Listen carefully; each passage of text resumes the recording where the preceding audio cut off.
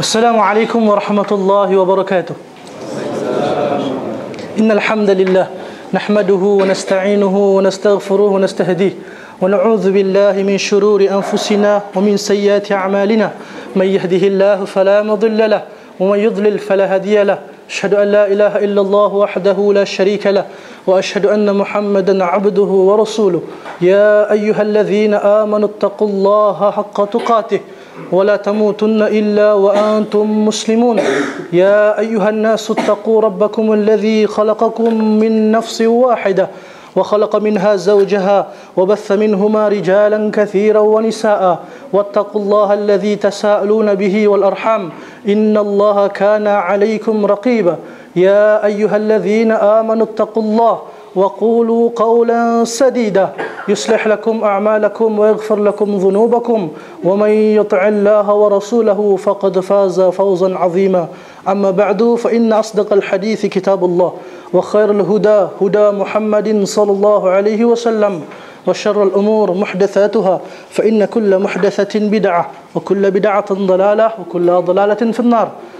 Alhamdulillah, tuan-tuan, puan-puan, hadirin hadirat rahmati Allah Subhanahu wa taala, bersyukur kita kehadrat Allah dengan rahmat dan hidayah daripada Allah, hidayah taufik daripada Allah Subhanahu wa taala, dapat lagi kita hadir dalam sebuah majlis ilmu dalam mendekatkan diri kita kepada Allah Subhanahu wa taala. Hadirin hadirat rahmati Allah, hadirin hadirat rahmati Allah Subhanahu wa taala, seperti mana kita sedia maklum, tajuk forum kita pada malam ni insya-Allah adalah mengagungkan sunnah dalam menghadapi bulan Ramadan. Sebelum kita meneruskan forum kita pada malam ni, izinkan saya untuk memperkenalkan ahli-ahli panel kita hari ini. Al-Fadil Al-Ustaz Ali Ahmad Ustaz Adil Agus Salim, hafizahullah.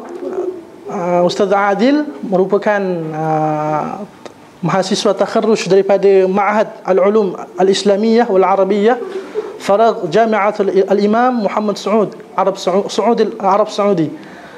Ustaz takharruj pada tahun 2002 dan Ustaz Adil juga merupakan manager program stesen radio Hang FM Sunnah semasa menghadapi bulan Ramadan. Mohon Ustaz jelaskan penakrifan apakah dia sunnah itu sebenarnya dan apakah bagaimanakah pengagungan kita sebagai seorang Muslim itu, macam mana kita nak mengagungkan sunnah Nabi sallallahu alaihi wasallam. Falyatafaddal mashkur Ustaz. Bismillah. Assalamualaikum warahmatullahi wabarakatuh. Alhamdulillah hamdan katsiran tayyiban mubarakan fihi kama yuhibbu rabbuna wa yarda. Asyhadu an la ilaha illallah wahdahu la syarikalah wa asyhadu anna Muhammadan abduhu wa rasuluh.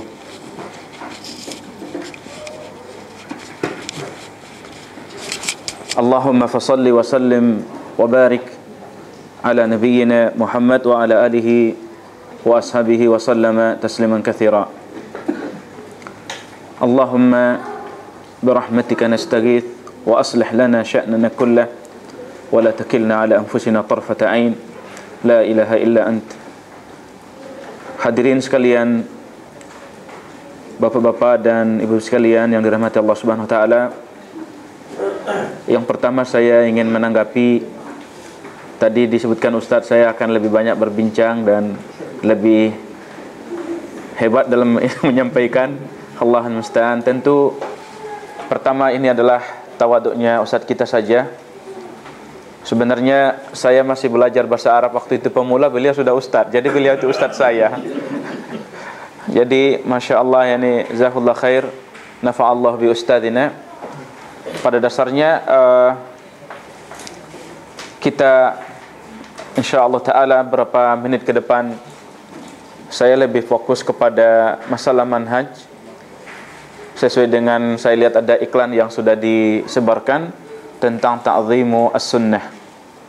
Bagaimana seorang muslim yang bersyahadat telah sumpah setia dengan dua ikrar yang merupakan dasar dan pijakan kehidupannya, syahadat tauhid, asyhadu an la ilaha illallah.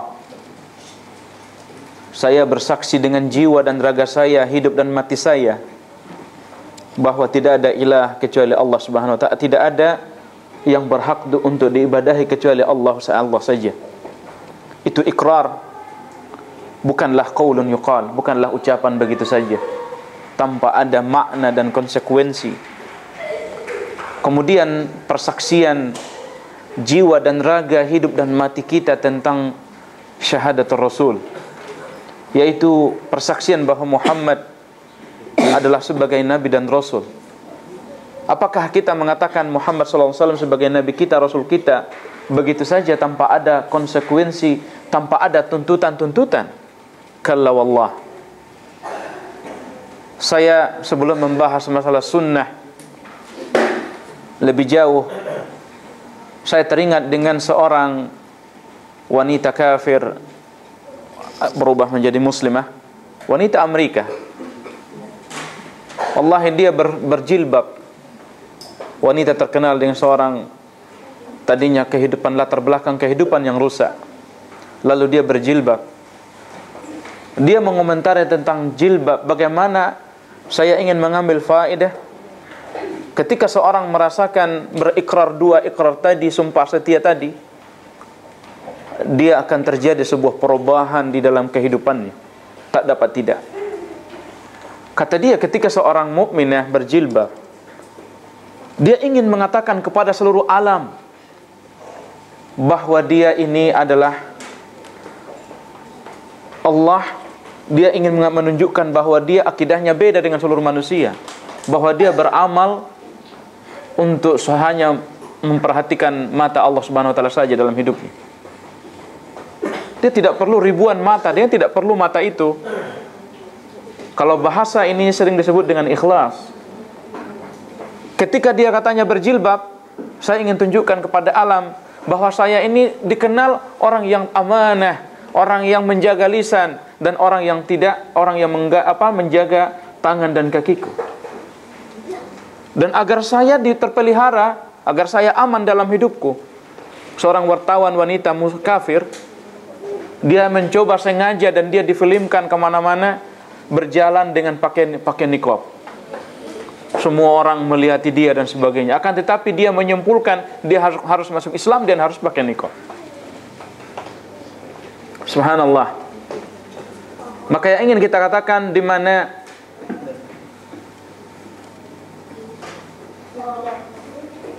yang ingin kita bahas ini adalah ketika seorang sudah menjadi muslim, dia bukanlah manusia biasa, tapi dia adalah manusia yang mempunyai prinsip. Bukanlah manusia seperti yang dikatakan orang adalah atba'u kulli na'iq, pengikut seluruh seruan. Tidak, akan tetapi dia mempunyai prinsip-prinsip dalam hidup. Maka Bapak dan Ibu sekalian yang dirahmati Allah Subhanahu wa taala, itu pengantar yang pertama. Al-madkhal, pengantar yang kedua, billahi alaikum ikhwatal iman. Berapa jarak antara Malaysia dengan terbitnya munculnya Islam? Di mana Islam muncul? Di Makkah dan Madinah. Jarak antara Malaysia dengan Makkah berapa kilometer? Sekitar 9.000, katakan lebih kilometer. Perjalanan 8 jam, 9 jam dengan pesawat. Berarti Anda dengan tempat Nabi SAW, dengan kota Madinah yang Islam turun di sana dan dipraktekkan Islam dari awal di sana, Anda jauh ikhwatal iman. Itu dari segi jarak tempat. Dari segi jarak zaman, waktu, billahi alaikum, berapa antara kita dengan zaman nubuwah, zaman kenabian? Berapa ribu tahun? Apakah jarak antara kita dengan zaman Nabi sehari 2 hari? Setahun 2 tahun? Kalla. Akan tetapi kita sekarang tahun Hijriah tahun berapa ini Bapak dan Ibu sekalian? 1435 Hijriah. Itu dari hijrah. Nabi di Makkah berapa tahun?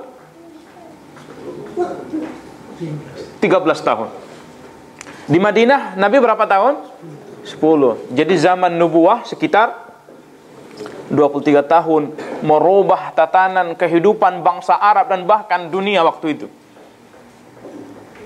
Maka tidak heran ketika Nabi SAW mengatakan kepada bangsa, Nabi SAW mengumpulkan Quraisy mengumpulkan pemimpin-pemimpin Quraisy mengatakan, maukah kalian kuajarkan satu kalimat yang dengan satu kalimat itu tamlikunal araba wal ajam, kalian akan menguasai bangsa Arab dan Ajam. Posisi Nabi saat itu ketika menyampaikan kalimat ini, tahu enggak? Pengikut dia mungkin bisa dihitung tangan dia dengan istrinya saja, Khadijah radhiyallahu anha wa ardhaha.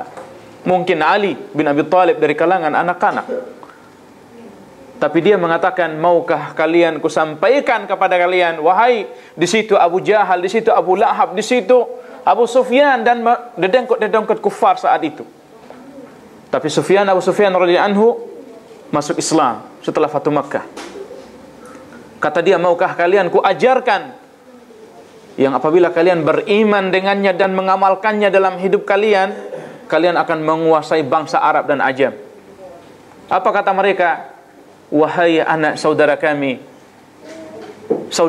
dan anak saudara kami, biarpun 10 kalimat, kalau memang itu faedahnya, kami akan amalkan dan dengar darimu.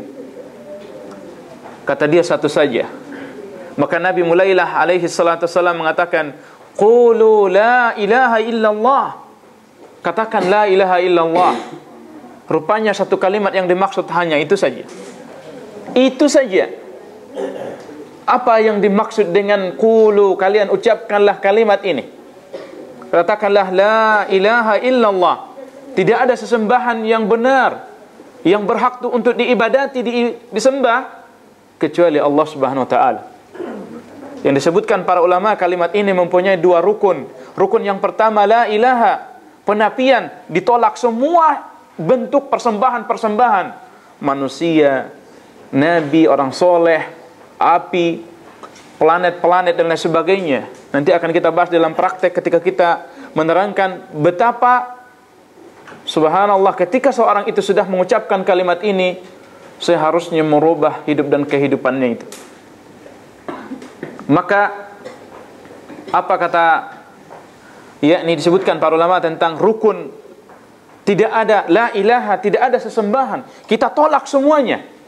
Kalau istilah bahasanya al-istifraq, kalau kita ingin mengecat rumah kita, kita ini dulu, buang dulu sesuatu yang tidak bermanfaat sebelum dicat dan sebagainya. Buang dulu semua kesyirikan, ditolak semua persembahan selain Allah SWT. Pada hari ini umat Islam kita dapatkan, ya Allah, mereka beriman dengan, coba kalau nanti ada kupu-kupu masuk ke rumah, oh ini mau ada tamu. Kalau ada burung hantu datang ke rumah mereka, takut mereka, merinding. Ini di daerah saya di sini tidak tahu. Ada nggak di sini? Kalau datang burung hantu ke rumah mereka, usir nanti ada yang mau mati. Kata kita, ya subhanallah, di daerah saya juga ada keyakinan-keyakinan. Ini kan mengurangi keyakinan mereka tentang Allah Jallatil Ula. Ketika ada yang berfoto, nanti jumlah ganjil 3 orang, 5 orang gitu. Jangan nak, itu kakek-kakek, nenek-nenek gitu kalau di kampung kita. Jangan nak, nanti mati 1 orang. Padahal semuanya juga akan mati. Bahkan tukang fotonya sendiri akan mati. Camat semua, calon mati semua. Kalau kita pergi ke hutan, berapa ekor ada burung hantu di sana? 1 ekor? 10 ekor? Ribuan ekor. Nggak ada yang mati di sana. Lihat ketika umat ini membangun akidah mereka tidak di atas la ilaha illallah. Lihat prinsip mereka itu, ke kiri dan ke kanan, atas bawah. Mereka tidak punya izzah, mereka tidak punya kredibilitas syakhsiyah. Maka ini subhanallah, Ustaz ingin mengingatkan betapa di awal Islam seperti itu, kata Nabi SAW. Kata Abu Jahal, Abu Lahab waktu itu, setelah mendengarkan Tuhan yang satu adalah hanya Allah saja yang disembah, sementara di sekeliling Ka'bah waktu itu banyak Tuhan, dalam Ka'bah sekitar 300 sekian berhala, satu saja. Maka Allah menyindir akidah mereka, aja'alal alihata ilaha wahida. Apakah Muhammad ini menjadikan Tuhan itu Tuhan yang satu saja? Inna hadza la syai'un ujab. Ini keyakinan yang sangat aneh sekali. Ini ajaran baru apa lagi ini? Mereka tersentak dengan diutusnya seorang nabi kepada mereka, karena mereka telah terlalu dalam di dalam kesyirikan mereka waktu itu. Maka Allah kirim kepada mereka seorang nabi yang merupakan nabi terakhir dan Nabiur Rahmah. Apa kata mereka? Abu Lahab waktu itu mengatakan, "Alihadza jama'atana?" Wahai Muhammad, apakah untuk ini saja engkau kumpulkan kami? Karena sebelum dia mengatakan, ketika saya katakan kepada kalian, wahai kaumku, bahwa di belakang gunung sana akan ada pasukan berkuda menyerang kalian, percayakah kalian kepadaku? Kata orang Quraisy, kata orang kufar Quraisy waktu itu, orang Makkah, kami tidak pernah mendapatkan darimu kebohongan sedikit pun. Berbohong kepada kami sebagai manusia tidak pernah kami temukan darimu. Bagaimana engkau berbohong atas nama yang lain? Maka mereka mengatakan, kami akan percaya denganmu. Lalu Nabi mengatakan lagi, maukah aku ajarkan kepada kalian, apabila kalian beriman dengannya, kalian memiliki bangsa Arab dan Ajam. Waktu itu suasana politik di Makkah menjelang diutusnya Nabi SAW, ada negara superpower dua waktu itu, Persia dan Romawi. Persia sekarang itu adalah Iran, Irak, Afghanistan, kemudian Uni Soviet. Itu adalah pusat anti Tuhan. Mereka ateis, mereka penyembah api, tidak beriman kepada Allah Jalla Ula. Sementara Romawi waktu itu, Imperium Romawi, itu daerah Syam, sekarang itu Palestina, Yordania dan lain sebagainya, ini pusat Kristen. Nabi diutus dalam kondisi seperti itu, ada yang menyembah malaikat, ada yang menyembah negara yang begitu. Sementara bangsa Arab waktu itu terkotak-kotak menjadi raja-raja kecil. Di Riyadh ada raja, di sini ada raja, di sini ada raja, di sini ada raja. Maka Makkah dan Madinah dan seterusnya itu waktu itu dilihat dari segi status sosial, dan mereka tidak punya apa-apa, tidak punya peradaban. Kemudian negara yang Nabi SAW lahir di sana, sebagiannya mengekor ke Romawi, sebagiannya mengekor kemana? Persia. Lalu Nabi berucap kepada mereka, maukah aku katakan kepada kalian satu kalimat yang apabila kalian ucapkan itu, beriman dengannya, kalian kuasai bangsa Arab dan Ajam. Kaget mereka itu. Mereka pun mau. Mereka pun tidak pernah mendapatkan Nabi berbohong. Tapi begitu dikatakan Nabi SAW, qulu la ilaha illallah, karena menafikan semua sesembahan ini, baru kemudian ditetapkan hanya Allah sajalah yang diibadahi. Maka marah Abu Lahab waktu itu, apakah untuk ini engkau kumpulkan kami? Tabban laka ya Muhammad, celaka engkau. Maka Allah turunkan membantah Abu Lahab ini dengan surah Al-Lahab, tabbat yada Abi Lahab wa tab. Sampai Allah di akhir ayat mengatakan, sayasla naran dzata lahab. Dia akan disungkurkan ke dalam neraka yang menyala-nyala. Dia dan istrinya sekalian yang hina itu. Dia masih hidup, sudah dikatakan masuk neraka. Kalau seandainya wallahi Al-Quran ini bohong, buatan Nabi SAW, mungkin saja Abu Lahab pura-pura masuk Islam. Selesai urusannya. Ayat ini berarti tidak berlaku. Tetapi adakah itu? Wallahi Nabi SAW sebelum perang Badar pun mengatakan bahwa saya telah diperlihatkan Allah kepadaku, sepulan akan mati di sini, sepulan akan mati di sini.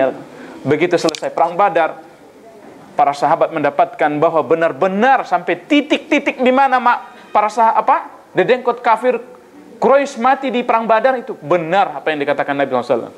Satu lagi sebelum kita membahas masalah manhaj tentang agungnya Islam,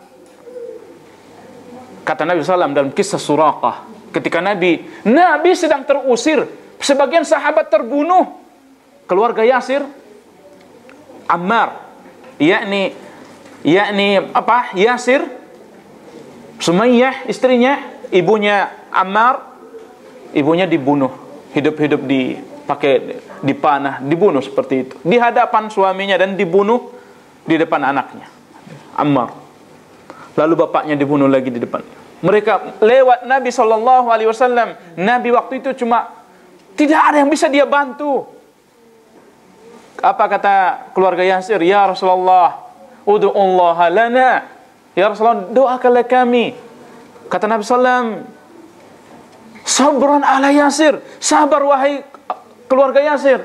Karena waktu itu Nabi tidak punya apa-apa. Akan tetapi telah Allah janjikan, bahkan telah Allah buat semacam film untuknya, bahwa dia akan, umat ini akan sampai ke barat dan ke timur. Subhanallah.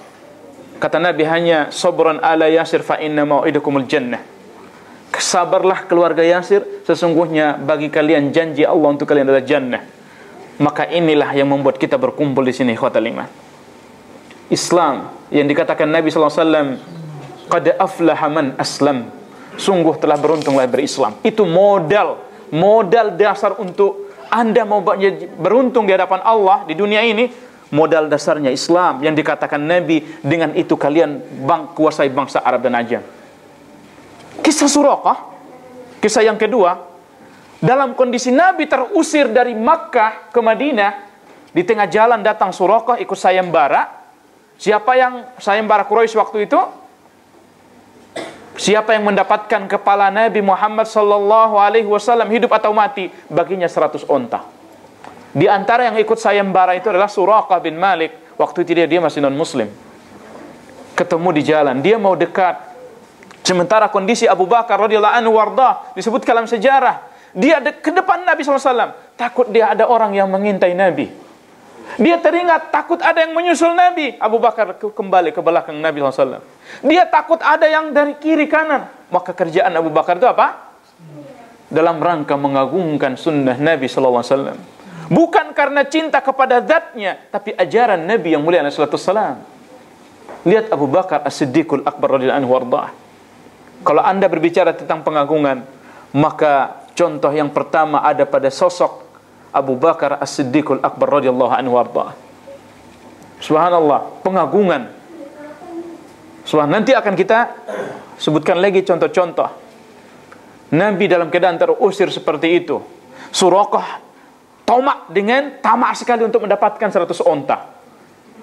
Mendekat ke onta Nabi SAW. Dan dia dengan kudanya, tapi Allah tenggelamkan kaki kudanya ke dalam tanah. Dia ulangi lagi, Allah tenggelamkan lagi kaki kudanya ke dalam tanah. Tahu dia bahwa orang ini terpelihara. Subhanallah, banyak kisah, pelajaran-pelajaran. Maka akhirnya Nabi SAW mengatakan, maukah engkau Suraqah membuat perjanjian denganku? Karena dia pun mau membunuh gak bisa. Akhirnya dia tidak mau membuat perjanjian dengan Nabi. Nabi pun siasat Nabi supaya dia jangan ngasih tahu ke orang kufar Quraisy. Kalau mereka dengan kuda semuanya datang menyerang, bahaya juga. Akhirnya dia buat coba. Ya, ini muqaddimah kedua sebelum kita masuk ke dalam manhaj yang agung ini. Apa kata Nabi SAW? Wahai Suraqah, perjanjianku denganmu bahwa kalau nanti mahkota raja Romawi nanti akan ditaruh di atas kepalamu. Mahkota raja Romawi waktu imperium kerajaan, yakni Nasoro, paling agung saat itu. Nabi terusir menjanjikan apa?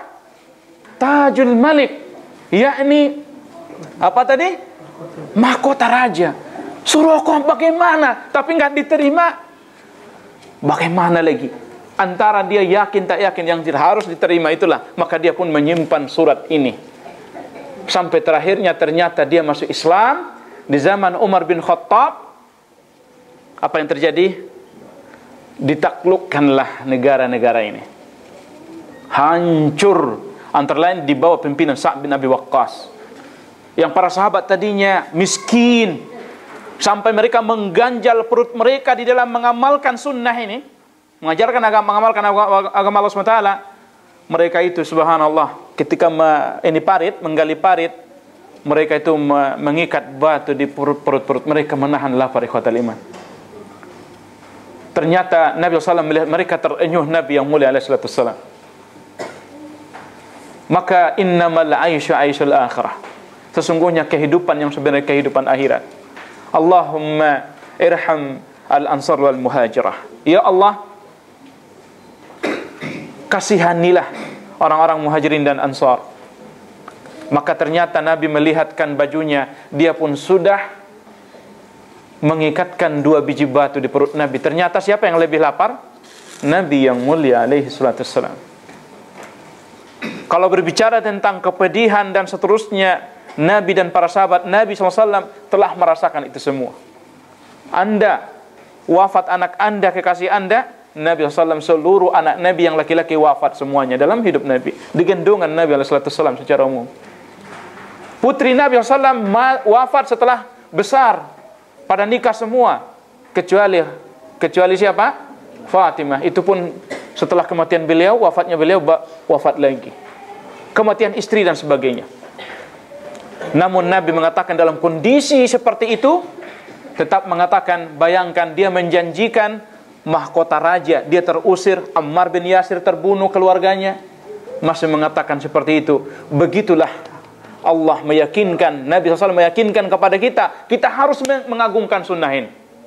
Tidak ada jalan lain bagi kita untuk bangkit dari keterpurukan ini kecuali menegakkan ajaran agama kita, Nabi SAW. Subhanallah. Nah, ini kita ingin sekelumit masalah manhaj.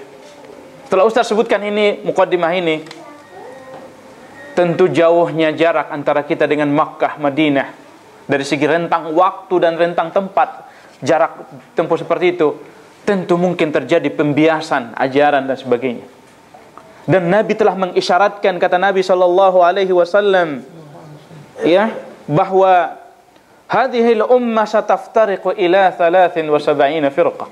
Umat ini, kata Nabi, akan terpecah menjadi 73 golongan. Dan semuanya kulluha finnar. Semuanya terancam dengan neraka Allah SWT. Terjadi pada mereka penyimpangan-penyimpangan, meninggalkan Islam yang dijanjikan kejayaan untuknya. Kecuali, kata Nabi SAW, illa wahidah, kecuali satu. Siapakah mereka, kata Nabi? Qalu, siapakah man hiya ya Rasulullah? Siapakah mereka gerangan? Kata Nabi SAW, ma ana alaihi wa ashabi. Mereka-mereka yang beragama sepertiku pada hari ini dan para sahabatku. Ketika muncul pada hari ini, ya subhanallah, masalah Allah SWT. Kita ingin mengikrarkan, menetapkan pada kali ini wajibnya berpegang teguh dengan manhajus salaf. Bagaimana beragamanya generasi Islam yang pertama. Begitulah mereka. Kata Nabi, orang yang beragama sepertiku pada hari ini dan para sahabatku. Di mana dikatakan Nabi SAW dalam hadis yang lain tentang Islam itu akan dianggap bada al-islamu ghariba, Islam dianggap aneh begitu muncul akidahnya yang tadinya Tuhan yang banyak bersatu di atas perselisihan Tuhan, lalu Allah satukan, Nabi satukan menjadi Tuhan yang esa. Mereka anggap aneh. Kata Nabi SAW, fatuba fasayaudu ghariba, Islam akan kembali dianggap aneh. Fatuba lil ghuraba, akan tetapi berbahagialah orang-orang yang dianggap aneh. Siapa mereka? Kata Nabi SAW, mereka itu adalah alladzina yasluhuna hina fasadin nas. Mereka-mereka yang tetap eksis baik di atas Islam ketika manusia sudah rusak meninggalkan agama ini. Dalam riwayat yang lain, alladzina yuslihuna ma afsadan nasu min sunnati, yaitu mereka-mereka yang memperbaiki yang dirusak manusia dari sunnah ini. Subhanallah. Maka secara ringkas wajibnya kita bermanhajus salaf, kalau kita ringkas, wajib mengikuti mereka dalam 3 hal. Pertama, mengikuti manhaj salaf dalam masalah akidah. Yang kedua, mengikuti salafus saleh di dalam permasalahan ibadah. Kemudian wajib mengikuti salafus saleh dalam masalah akhlak. Di dalam masalah akidah dan manhaj, maka hal itu diringkas oleh Imam Syafi'i rahimahullah ta'ala. Ya. Di mana kata beliau, amantu billahi wa ma ja'anillahi wa ala muradillah. Aku beriman kepada Allah dan apa yang datang dari Allah dan sesuai dengan apa yang dimaksud oleh Allah. Wa amantu bi Rasulillah wa ma ja'an Rasulillah ala muradi Rasulillah. Aku beriman kepada Rasulullah, apa yang datang dari Rasulullah dan sesuai dengan apa yang dimaksud Rasulullah. Semua orang firqah pada hari ini mengaku ahlu sunnah, mengaku Islam, akan tetapi ya ikhwatal ya akhal Islam, mereka tidak ada yang mampu menisbatkan diri kepada manhaj yang hak ini. karena memang mereka tidak ada dalam zaman salaf pemahaman mereka. Sementara kata Nabi tadi, yang satu yang selamat itu ma ana alaihil yaum wa ashabi. Orang yang beragama, akidahnya, ibadahnya, akhlaknya sepertiku pada hari ini dan para sahabat. Sekarang masalah Allah saja kalau kita tanya mereka, aina Allah, di manakah Allah? Ada yang paling ngeri di antara mereka itu merinding. Ini dia marah-marah karena pertanyaan itu tak boleh. Padahal dalam hadis yang sahih Rasulullah bertanya aina Allah kepada seorang jariyah. Rasulullah SAW bertanya setelah dia katakan fis sama, di atas langit, siapa anta Rasulullah, kata dia atika fa inna mu'minah. Ini bebaskan dia, merdekakan dia karena dia mukminah. Ini akidah iman, akidah Islam berarti. Nah di sini akhwal Islam rahimakumullah. Billahi alaikum. Inilah yang membedakan orang yang belajar sunnah. Misalkan katakanlah ini salah satu sunnah Nabi sallallahu alaihi wasallam, jenggot. Ketika ditanya kenapa kau buat begitu, ini sunnah Nabi. Kita ini, biarpun kita anak kecil, talibul ilmi kecil, tapi kalau ada ustadz besar, kiai besar, dia maulidan misalkan, maulid Nabi misalkan, kenapa dilakukan? Kata dia ini kan baik. Sanggupkah lisannya, mulutnya mengatakan ini sunnah Nabi? Kalla wallah, dan tidak akan pernah mungkin. Karena memang enggak ada. Sama seperti perdebatan Ahmad Deedat dengan orang-orang Syiah. Orang Syiah menantang ulama ahlu sunnah, berdebat, nggak ada yang datang. Terakhirnya udah terlambat datang Ahmad Deedat. Dia dalam berkumpul dengan mereka di meja seperti ini, dia menyandang sandalnya seperti ini, dia taruh di ketiaknya, masuk. Mereka pada bingung, kenapa ini bawa sandal seperti itu? Udah terlambat lagi. Kata dia, soalnya saya khawatir kalau sandalku ini hilang. Karena orang Syiah ini terkenal pencuri di zaman Nabi Shallallahu Alaihi Wasallam. Kata mereka, tokoh-tokoh Syiah ini saling lihat, kan belum ada Syiah di zaman Nabi. Mereka bilang gitu. Fitrah mereka mengatakan, kan belum ada Syiah di zaman Nabi, kata mereka. Akhirnya berkata Ahmad Deedat yang sangat pintar ini, selesai perdebatan. Kalau memang Syiah tidak ada di zaman Nabi, berarti agama kalian memang bukan bagian dari agama Nabi. Assalamualaikum, pergi dia. Ya subhanallah.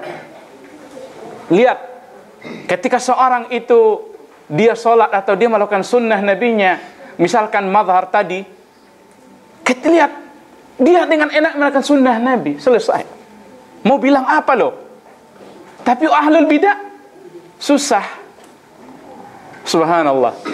Maka dalam mengikuti manhaj dalam salafus salih dalam masalah akidah, masalah Allah Subhanahu wa taala, masalah malaikat, masalah azab kubur, masalah mizan, timbangan yaumul qiyamah, masalah Isa alaih, masalah Mahdi, masalah banyak yang lain. Kemudian dalam masalah ibadah yang dibangun di atas bahwa ibadah tauqifi, menunggu dari Nabi. Kalau masalah ini, kalau Ustaz tanya apa hukumnya laptop ini, bid'ah atau sunnah ini? Tidak dihukum. Karena dia masalah duniawi, hukum asalnya menunggu larangan. Mubah dan halal sampai datang larangan. Makanya kalau kita lihat masalah dunia, lafaz sigotnya pun la ta'kulur riba, jangan.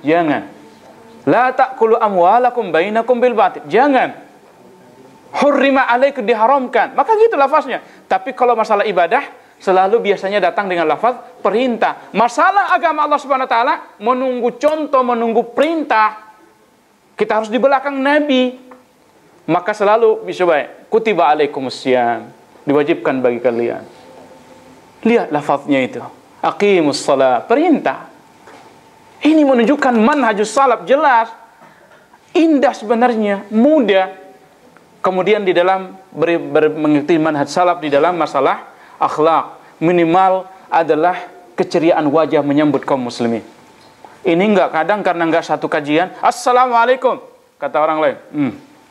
Ya subhanallah. Subhanallah. Kemudian dia hendaklah badlun nada, berusaha memberi kepada yang lain. Ketika mendengarkan kaum muslimin, sedih dengan kesedihan mereka, bergembira dengan kegembiraan mereka. Dan ikhwatal iman, ini nasihat ana terakhir. Ini kayak enggak tuntas masalah ta'zimus sunnah, akan tetapi kita tutup pertemuan kita dengan ini. Subhanallah ikhwatal iman. Mengenai tentang ta'zimus sunnah, Imam Ahmad bin Hanbal rahimahullah yang dikatakan para ulama bahwa ahli ilmu yang mengalahkan reputasi dan keagungannya, mengalahkan Amirul Mukminin, antara lain adalah Imam Ahmad rahimahullah. Ketika datang para khalifah, raja, dia duduk aja kita menyambutnya itu. Ahlan wa sahlan. Biasa duduk dia. Begitu dia melihat suatu ketika ada seorang orang tua, maka dia berdiri memelukinya, menyambutnya. Murid-muridnya bertanya, "Ya Imam, raja saja datang, khalifah datang, engkau duduk saja menyambutnya. Masa ini orang awam, engkau berdiri dan seolah-olah dia mempunyai sesuatu yang hebat." Kalau kita kan, kalau sudah raja yang datang, subhanallah. Imam Ahmad dia duduk aja dia. Kata Imam Ahmad rahimahullah, aku melihat sesuatu, ada bagian dari sunnah Nabi pada tubuhnya. Rupanya orang itu sudah ubanan, dia taruh syai'an minal hanna. Dia taruh sesuatu, sunnahnya itu disemir ininya dengan selain warna hitam. Maka dia berarti orang ini menghidupkan sunnah, maka dia perlu ini. Terasa kadang ikhwatal iman, ketika kita bertemu dengan orang yang sama-sama mengikuti akidah Ahlussunnah wal Jamaah, baru kali bertemu seolah-olah sudah bertemu 1000 tahun yang lalu. Langsung, wallahi billahi alaikum, saya bertemu dengan saudara, kulihat ada simatus sunnah padanya, hati langsung tenang dan lega, wallah. Seolah-olah saya telah mengenalnya puluhan tahun yang lalu, ribuan tahun yang lalu. Tapi terkadang ada orang itu sudah satu kantor dengan kita, tetangga kita sejak puluhan tahun, ka'an lam yakun, ka'an lam na'rifuh, seolah-olah kita tidak pernah berteman dalam hidup kita. Bila kita memohon kepada Allah SWT, kiranya Allah jadikan pertemuan kita sebagai saksi di hadapan Allah SWT, kita saling mencintai karena Allah, insyaAllah. Kita mencintai Rasulullah, kita mencintai Abu Bakar dan Umar, kita mencintai Utsman dan Ali dan para sahabat semuanya. Dan kita ingin menghidupkan sunnah ini. Billahi alaikum, kalau ingin kita kejayaan, ingat wasiat-wasiat Nabi, tamlikuna al-araba wal ajam, dengan kita memegangkan tauhid dan sunnah Nabi SAW. Akwal, dalil-dalil terlalu banyak akan kita bahas, tentu tidak mungkin dalam sekejap seperti ini. Akan tetapi ikhwatal iman rahimakumullah, kebahagiaan kita sebatas bagaimana kita mengagungkan sunnah Nabi. Celakanya kita sebatas mana kita meninggalkan sunnah Nabi yang mulia alaihi salatu wassalam. Karena itulah sudah sunan ketetapan Allah di muka bumi. Allah Tuhannya di bumi dan Allah juga Tuhannya di akhirat.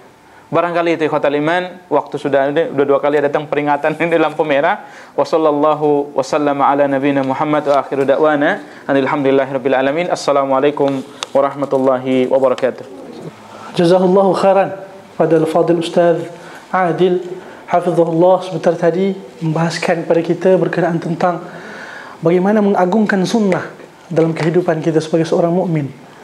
Ayyuhal ikhwa azani Allah wa iyyakum, mudah-mudahan Allah Subhanahu wa taala menganugerahi kepada kita sebagai salah seorang insan yang hatinya terdapat keagungan sunnah di situ. Semoga Allah terima insya-Allah. Oleh kerana masa kita pun dah terlalu agak lewat, hadirin rahmati Allah SWT, kita buka kepada beberapa soalan. Kepada ikhwah ataupun akhwat yang ada soalan, kita buka 1 ataupun 2 soalan. Mungkin 1 kepada ikhwah dan 1 kepada akhwat. Soalan berbentuk tulisan pun tak mengapa, secara terus mubasyaratan pun tidak ada masalah. Faddalu, silakan kalau ada apa-apa persoalan kepada Al-Fadil Ustaz Adil, silakan hadirin-hadirat rahmat Allah SWT. Fadal Ustaz. Saya ingin bertanyakan satu soalan. Bagaimana kita berdakwah kepada ahli keluarga kita di dalam kaedah nak memperjelaskan tentang sunnah dan menjaga hati mereka. Sebab sebahagian daripada saudara mara kita mungkin tidak terima dakwah yang kita bawa, dan sebahagian kata nanti dulu, takut nanti berpecah belah dan sebagainya. Jadi bagaimana kita nak berhadapan dengan situasi ini sekarang? Barakallahu fikum. Bismillah. Tidak syak lagi di antara bukti kesahihan iman dan termasuk kita dengan sunnah, kita tidak memadakan dan mencukupkan itu pada diri kita sampai kita itu getol mati-matian ingin menyebarkan ini kepada orang lain. Dan orang yang paling berhak dengan kemuliaan ini siapa? Kecuali akriba, orang-orang di sekitar kita, ayah, bunda, saudara, dan anak dan istri kita. Dan itulah memang wasiat dari Allah Rabbul Alamin. Bagaimana Allah Subhanahu wa taala wasiatkan kepada kita, qu anfusakum wa ahlikum nara. Diri kita, kemudian keluarga kita. Yang jadi masalah terkadang mereka telah dibesarkan di atas bid'ah, katakanlah seperti itu. Maka bagaimana kita mendakwahi mereka? Tentu berdakwah kepada mereka adalah sesuai dengan latar belakang pendidikan dan siapa mereka dulu. Ayah dan ibu kita beda bahasa yang kita pakai, dan anak dan istri kita beda pula bahasa yang kita pakai. Akan tetapi secara umum, dakwah ini ikhwatal iman perlu dengan kelemah lembutan dan cara dan waktu. Saya masih ingat Ustadz dulu pertama kali berjenggot saja masih cabut, tapi sering dengar dalilnya, tapi nggak tahan juga dicaci orang kambing itu cabut lagi. Sampai Allah Subhanahu wa taala kuatkan hati ini untuk habis itu tak pernah lagi cabut-cabut. Maka kita jangan buat standar kita beri pada diri kita uzur bagi orang lain, tak. Makanya dalam masalah dakwah, masalah dengan siapapun, innama anta munzir, kamu pemberi peringatan saja. Itu jangan sampai kita membuat satu target mereka harus ikut sunnah tahun ini atau sekarang juga, tak boleh. Sampaikanlah sunnah ini kepada mereka selembut yang Allah berikan kepada Anda. Enggak usah ada target-target. Namun yang jadi masalah terkadang kitanya begitu sudah tahu sunnah, bisanya kita itu ini bid'ah, ini mungkar, ini bid'ah, ini mungkar. Kata mereka semuanya salah, haram bid'ah, haram bid'ah. Pening kami, muntah kami mendengarkannya. Ini sering terjadi. Maka dakwah ini ikhwan perlu tata cara.